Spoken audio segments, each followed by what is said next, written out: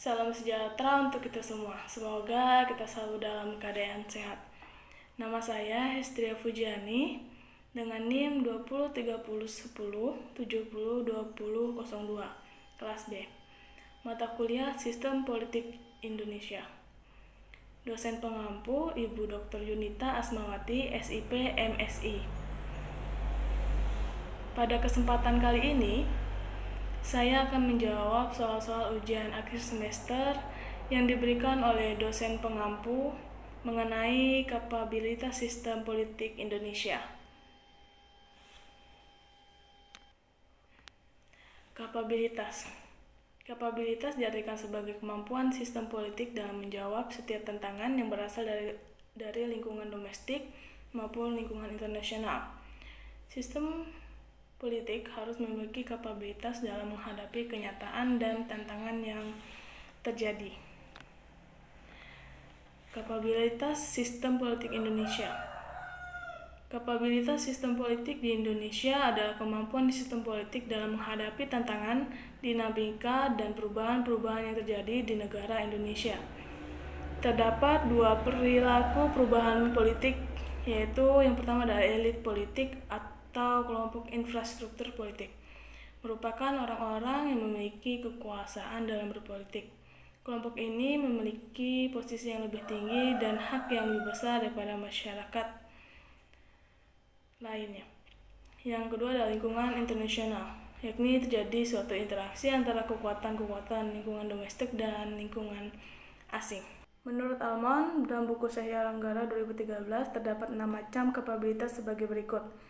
Yang pertama adalah kapabilitas ekstraktif, merupakan kemampuan sistem politik untuk melakukan eksplorasi potensi yang ada pada sumber daya alam dan sumber daya manusia. Kapabilitas distributif merupakan kemampuan dalam mengelola dan mendistribusikan sumber daya alam dan sumber daya manusia, baik berupa barang, jasa, dan kesempatan kerja.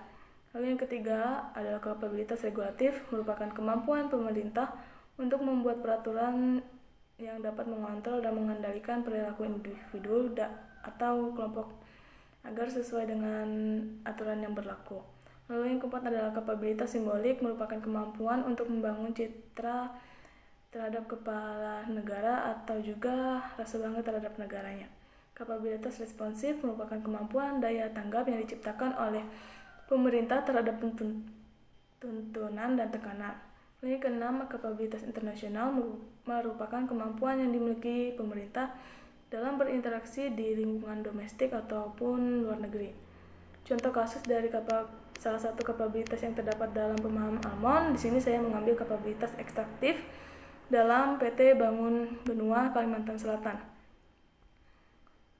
Perseroan terbatas atau PT Bangun Benua Kalimantan Selatan didirikan berdasarkan Akta Notaris Muhammad Farid Zain, SHMH, nomor 50. Tanggal 26 Mei 2014 dan surat keputusan Menteri Hukum dan Hak Asasi Manusia tanggal 5 Juni 2014.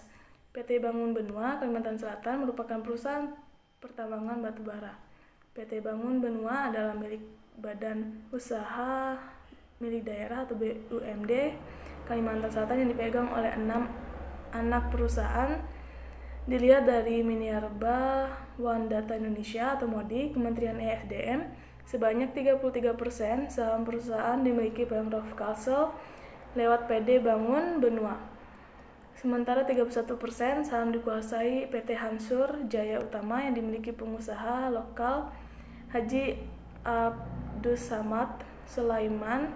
Sisa saham perusahaan ini dimiliki oleh Koperasi TNI dan Polri, antara lain Pusko Polda 10%, Puskopat 10%, Puskot 5%, hingga KPN Adiaksa. Dalam 1 tahun, 6 anak perusahaan di bawah naungan PT Bangun Benua mampu menyumbangkan 50-an miliar rupiah untuk PAD Kalimantan Selatan. Untuk per bulannya, PT Bangun Benua bisa menyumbangkan sekitar 1 miliar. Dan untuk per tahun dengan 6 anak perusahaan, kami bisa menyumbangkan sekitar 50 miliar terhadap PAD Kalimantan Selatan, ujar PLT Direktur Utama PT Bangun Benua, yaitu Bayu Bujang. Pada bulan Januari 2022 PT Bangun Benua Kalimantan Selatan membuka lowongan sehingga SDM dapat terus berkembang. Bagian dalam contoh kasus tersebut yang menjadi karakteristik dari kapabilitas ekstraktif. Di sini saya mendapatkan 3, yaitu yang pertama adalah Badan Usaha Milik Daerah atau BUMD Kalimantan Selatan PT Bangun Benua membuktikan bahwa pemerintah memaksimalkan potensi SDA di Kalimantan Selatan. Lalu yang kedua adalah terdapat 6 pemegang saham PT Bangun Benua di Kalsel yang terdapat diartikan ke dalam penanaman modal. Lalu yang ketiga terdapat pemasukan berupa PAD sekitar 1 miliar per bulan. Lalu keterhubungan kapabilitas dengan kekuatan dan kepentingan Indonesia dalam kasus tersebut. Menurut saya, kapabilitas ekstraktif sangat berhubungan dengan kekuatan dan kepentingan Indonesia. Hal tersebut dilihat dalam PT Bangun Benua yang menyatakan bahwa SDA di Kalimantan Selatan menghasilkan pemasukan yang tinggi. Pemasukan daerah tersebut digunakan untuk menunjang kekuatan dan kepentingan Indonesia. Dengan adanya pemasukan dari pemanfaatan SDA, pengelolaan negara dapat terlaksana dengan maksimal, seperti dalam pembangunan infrastruktur yang dapat meningkatkan sumber daya manusia di Indonesia. Pemasukan tinggi dari perusahaan tersebut dapat mensejahterakan kehidupan masyarakat, terkhusus masyarakat Kalimantan Selatan. Demikian penjelasan mengenai kapabilitas sistem politik di Indonesia. Jika ada kesalahan dan kekurangan dalam penyampaian jawaban atau materi, saya mohon maaf dan terima kasih atas perhatiannya.